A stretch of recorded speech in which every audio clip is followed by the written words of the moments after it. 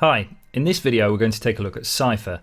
Cypher is the big daddy of the three synths. It's a 3 oscillator monster with 2 multi-mode filters, 2 wave shapers, 2 LFOs, 3 envelopes, and it's capable of frequency modulation, wave shape modulation and ring modulation. So there's a lot going on there, but hopefully we'll demystify some of that. I'll just run you through the general signal flow first. We've got the 3 oscillators here on the left.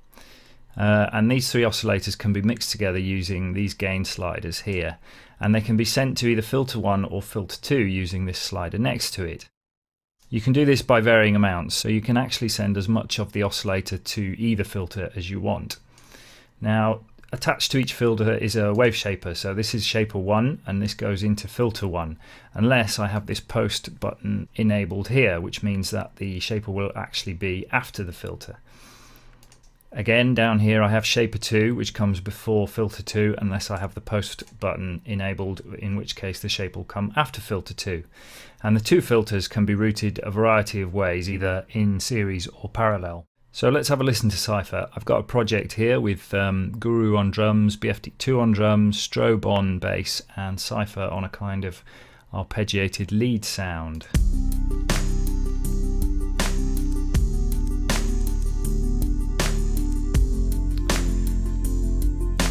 Currently Cypher's just playing a triangle waveform from oscillator 2. We can mix in some other oscillators using these gain sliders here.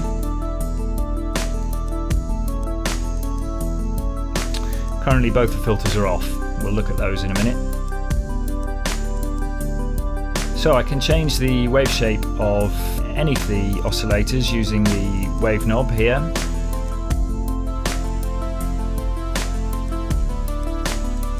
And that morphs smoothly between a triangle, sawtooth and a pulse waveform.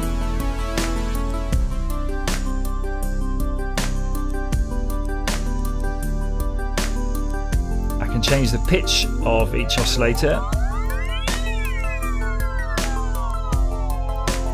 using this scale knob here. And the reason it's called scale is because it's scaled relative to the master pitch control here, which controls all the oscillator's pitches. Oscillator 2 here is capable of frequency modulation via this knob here. Its frequency is actually modulated by oscillator 3.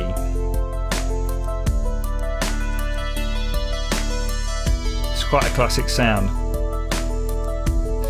And what we've done is we've built in some couple of nice features into the tuning of the oscillators. If I right click on the scale knob of oscillator 3, I get various parameters, but these top 4 here are what we're interested in.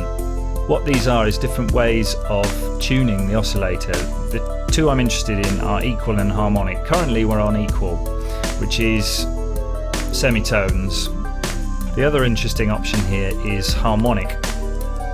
And what harmonic does is it allows us to tune our oscillators in equal harmonic divisions of each other. And what that does is it allows us to do frequency modulation in a nice, pleasing, harmonic way.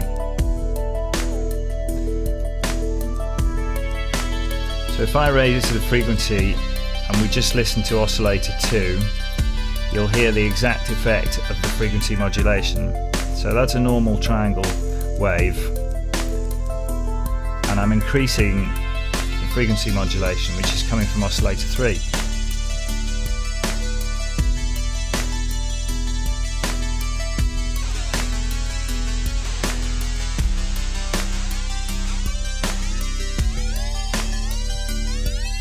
So as I change the frequency of oscillator 3, because I'm using the harmonic option, I'm only getting nice musical frequency modulation.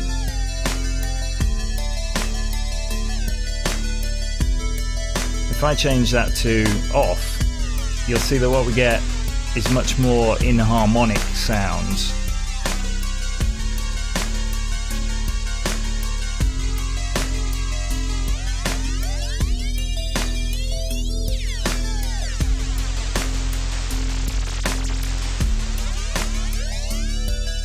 So there's 2 nice options there for frequency modulation.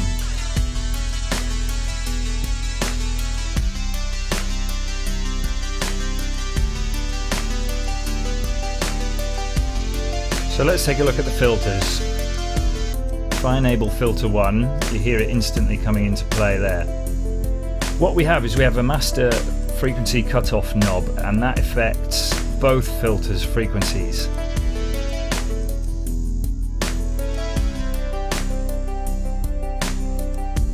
For each filter we have a scale knob here, which allows us to either add or subtract frequencies from the master cutoff value.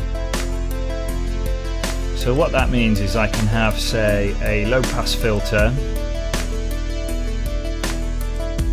on filter 1, and I can change the mode of filter 2 to be a high pass, change the scale of that, which is only changing the frequency cutoff of the high pass filter. And what we've effectively got there, and you can see it in the visualizer, is a band pass, because we've got a high pass and a low pass together in series. We can change the resonance of each filter separately.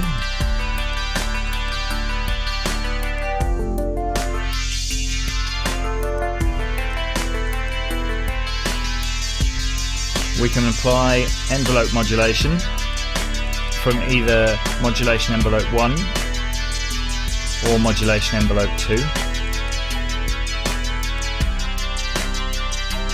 We can route the two filters different ways. So at the moment we're routing from filter 1 into filter 2.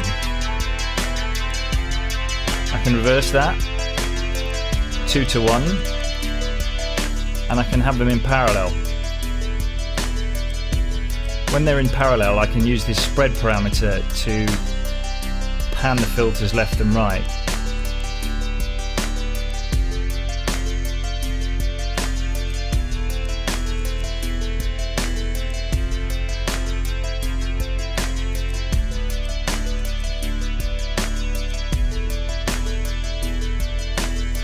And let's just take a quick look at the shapers. I'm going to put this back in series mode.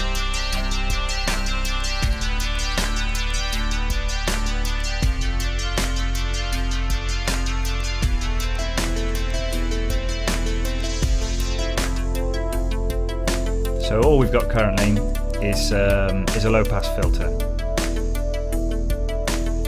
Oh, it's worth noting as well that filter 1 and filter 2 are both capable of frequency modulation as well, again from oscillator 3, and some interesting sounds can be had via that, especially if you enable the low parameter on oscillator 3, which basically turns it into another LFO.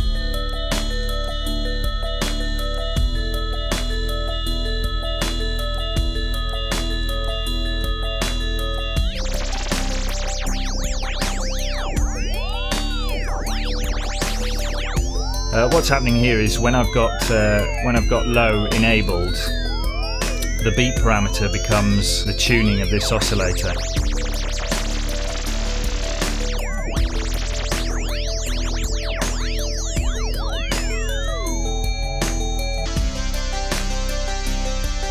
So let's take a look at those shapers. Currently we've got filter 1 enabled, so if I enable shaper 1 and change the drive parameter, it's basically applying a wave shaper to every voice, to these three oscillators going through the wave shaper. There's a low pass filter just afterwards, so I can take off some of that high end, and there are different shaper modes.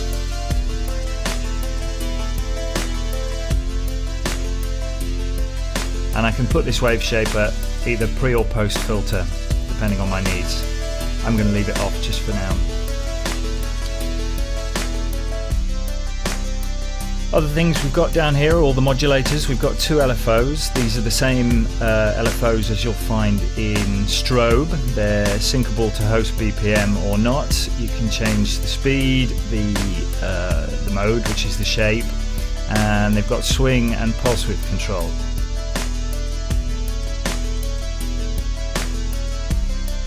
We've got modulation envelopes, which again are the same as you can find in strobe with BPM sync. You can loop the envelopes and you can turn them from logarithmic to linear. And there's two of each of those, so there's plenty of modulation capability. And that, in a nutshell, is Cypher.